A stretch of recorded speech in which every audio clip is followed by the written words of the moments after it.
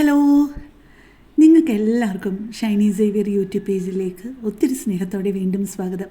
ഇനി ഞാൻ നിങ്ങൾക്ക് വേണ്ടി തയ്യാറാക്കി കാണിക്കുന്നത് ചോറിൻ്റെ കൂടെയൊക്കെ സൈഡ് ഡിഷായിട്ട് എടുക്കാൻ പറ്റുന്ന നല്ലൊരു വഴുതനങ്ങ ഫ്രൈ ആണ് കേട്ടോ. ഞാനിതൊരു പ്രത്യേക രീതിയിലാണ് തയ്യാറാക്കുന്നത്. കുറച്ച് സ്പെഷ്യൽ ഇൻഗ്രീഡിയൻസ് ഒക്കെ ഇട്ടിട്ടുണ്ട്. നിങ്ങൾക്ക് കണ്ടാൽ തന്നെ അറിയാമല്ലോ, ഒട്ടും കുഴയാതെ കിട്ടിയിട്ടുണ്ട്. വഴുതനങ്ങയൊക്കെ കുഴയാതെ കിട്ടുക എന്ന് പറഞ്ഞു കഴിഞ്ഞാൽ ഇച്ചിരി പാടാണ് അല്ലേ. അപ്പം ഞാൻ ഇതിന് വേണ്ടിയിട്ട് എടുത്തിരിക്കുന്നത് ഒരു 350 ഗ്രാം ആയിരുന്നു വഴുതനങ്ങ ഉണ്ടായിരുന്നത്. ഒരു വയലറ്റ് ചെറിയൊരു കത്തിരിക്കായും ഉണ്ടായിരുന്നു, മറ്റേത് 3 ചെറിയ വഴുതനങ്ങയുമായിരുന്നു കേട്ടോ. അതിനിപ്പോൾ ഒരെണ്ണം തന്നെയാണെങ്കിലും കുഴപ്പമില്ല. ഇപ്പോൾ വഴുതനങ്ങ തന്നെയാണെങ്കിലും കത്തിരിക്ക തന്നെയാണെങ്കിലും വഴുതനങ്ങയും കത്തിരിക്കയും കൂടെ ആണെന്നുണ്ടെങ്കിലും ഒരു പ്രശ്നവുമില്ലേ. ഞാൻ ആ പാനിലോട്ട് ആദ്യം ഒഴിച്ചു കൊടുത്തത് 1 ടേബിൾ സ്പൂൺ കോക്കനട്ട് ഓയിലാണേ. അതിലേക്ക് നല്ല വലുപ്പമുള്ള 3 അല്ലി വെളുത്തുള്ളി ഒന്ന് ചതച്ചിട്ട് കൊടുത്തു. ആദ്യം ഇട്ട് കൊടുത്തത് കടുകാണ്. 1/2 ടീസ്പൂൺ കടുക് ഇട്ട് കൊടുത്തിട്ടാണ് വെളുത്തുള്ളി ഇട്ട് കൊടുത്തത്. ആ വെളുത്തുള്ളിയുടെ സൈഡൊക്കെ ഒരു റെഡ് കളർ ആവാൻ തുടങ്ങുമ്പം തന്നെ കൊച്ചുള്ളി ഇട്ട് കൊടുക്കണം. കൊച്ചുള്ളി അല്ലെങ്കിൽ സവാളയുള്ളി. കൊച്ചുള്ളി തന്നെയാണ് എപ്പോഴും രുചി കേട്ടോ. ഒരു 25 സാമാന്യം വലിപ്പമുള്ള കൊച്ചുള്ളി നമ്മൾ ഈ താളിക്കാനൊക്കെ മുറിക്കുന്നത് പോലെ മുറിച്ചിട്ടിട്ടുണ്ട്. അല്ലെന്നുണ്ടെങ്കിൽ നിങ്ങൾക്ക് ചെയ്യാവുന്നത് ഒരു മീഡിയം വലിപ്പമോ ഒരു വലുതായാലും കുഴപ്പമൊന്നുമില്ല. ഒരു സവാളയുള്ളി കുറച്ചൊരു ചെറിയ കഷ്ണങ്ങളായിട്ട് വെറുതെ ഇങ്ങനെ സ്ലൈസ് ചെയ്തിടാതെ കുറേ കൂടെ ചെറുതായിട്ടൊന്ന് മുറിച്ചിട്ടോ അല്ലെങ്കിൽ കൊത്തി എരിഞ്ഞിട്ടോ അതിട്ട് ഇതുപോലൊന്ന് വഴറ്റണം. ഇപ്പം ഞാനൊരു കാര്യം പറഞ്ഞോട്ടെ, എൻ്റെ ഈ ചാനലും എൻ്റെ ഈ വീഡിയോ ഒക്കെ ആദ്യമായിട്ട് കാണുന്ന ആരെങ്കിലുമൊക്കെ ആണെന്നുണ്ടെന്നുണ്ടെങ്കിൽ എൻ്റെ ചാനലൊന്ന് സബ്സ്ക്രൈബ് ചെയ്യാൻ മറക്കല്ലേ. എൻ്റെ ചാനലിൽ ഒരുപാട് വ്യത്യസ്തമായിട്ടുള്ള റെസിപ്പികളുണ്ട്. നിങ്ങൾക്ക് അതൊക്കെ നോക്കിയിട്ട് ഇഷ്ടപ്പെടുകയാണെന്നുണ്ടെന്നുണ്ടെങ്കിൽ ഒന്ന് സബ്സ്ക്രൈബ് ചെയ്യാനും തൊട്ടടുത്ത് കാണുന്ന ബെല്ലൈക്കൺ പ്രസ് ചെയ്തിട്ട് അപ്പോൾ വരുന്ന ഓൾ എന്നുള്ള ഓപ്ഷനും കൂടെ പ്രസ് ചെയ്ത് കഴിഞ്ഞാൽ ഏത് വീഡിയോ ഞാൻ അപ്ലോഡ് ചെയ്താലും നിങ്ങൾക്ക് ഉടനെ തന്നെ എൻ്റെ നോട്ടിഫിക്കേഷൻ കിട്ടുമേ. ഇപ്പം ഞാൻ ആ ഉള്ളി വഴന്നത് എത്രയാണെന്ന് കണ്ടല്ലോ. അത് കഴിഞ്ഞ് കഴിഞ്ഞപ്പോഴേക്കും ഒരു 2-3 തണ്ട് കറിവേപ്പിലയും കൂടി ഇട്ട് കൊടുത്തു.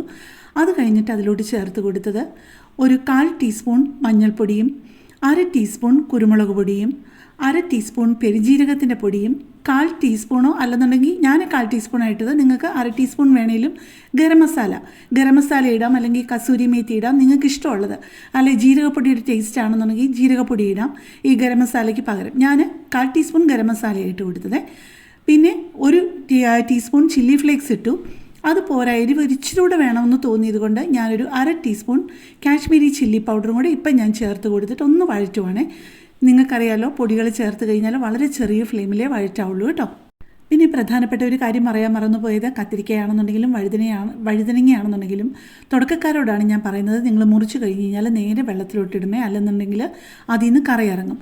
പിന്നെ പ്രത്യേകമായിട്ട് നിങ്ങൾ ശ്രദ്ധിക്കേണ്ട ഒരു കാര്യം, ഇച്ചിരി പോലും വെള്ളം ഒഴിക്കുകയും ചെയ്യരുത് ഇതിനകത്ത്. വെള്ളത്തിലോട്ട് നമ്മൾ മുറിച്ചിടുക ഒരിച്ചിരി വലിപ്പമുള്ള കഷ്ണങ്ങളായിട്ട് വേണം. നിങ്ങൾ കണ്ടല്ലോ, ഒരിച്ചിരി വലുതായിട്ടാണ്. നടുവേ ഒന്ന് മുറിച്ച് കൊടുത്തിട്ട് 2ആയിട്ട് ഇങ്ങനെ മുറിച്ച് കൊടുത്തിട്ടുണ്ട്. ഒരു 1/4 ഇഞ്ചും അല്ല, ഒരു 1/2 ഇഞ്ചും അല്ല, അതിൻ്റെ ഒരു ഇടയ്ക്കുള്ള ഒരു വലിപ്പത്തിലാണ് ഞാൻ മുറിച്ചിരിക്കുന്നത്. 1/4 ഇഞ്ചിനെക്കാട്ടിലും കുറച്ചുകൂടെ ഒരു കട്ടി കൂട്ടിയിട്ടാണ് മുറിച്ചിരിക്കുന്നത്.